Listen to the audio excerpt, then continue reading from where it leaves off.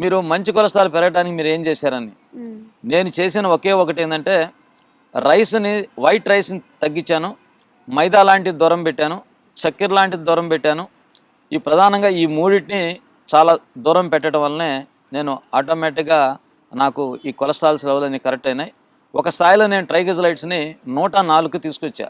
అంటే 600 చిల్లర నుంచి 104కి తీసుకొచ్చాను. 28 రోజులు నేను రైస్ తీసుకోవాలా, కార్బోహైడ్రేట్స్ తీసుకోకుండా 28 రోజులు నేను ఆహారం తీసుకోవటం వల్ల 104కి వచ్చింది.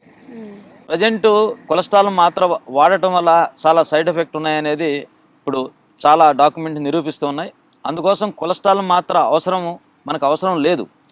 అందుకే మనం తీసుకోవాల్సిన ఆహారంలో ఈ కార్బోహైడ్రేట్స్ని 40% తీసుకొని కొంత కాయగూరలు, ఆకుకూరలు లాంటివి మనం తీసుకోవటం వల్ల మీకు 6 months to 1 year లోపల మీరు పూర్తిగా తగ్గించగలవచ్చు.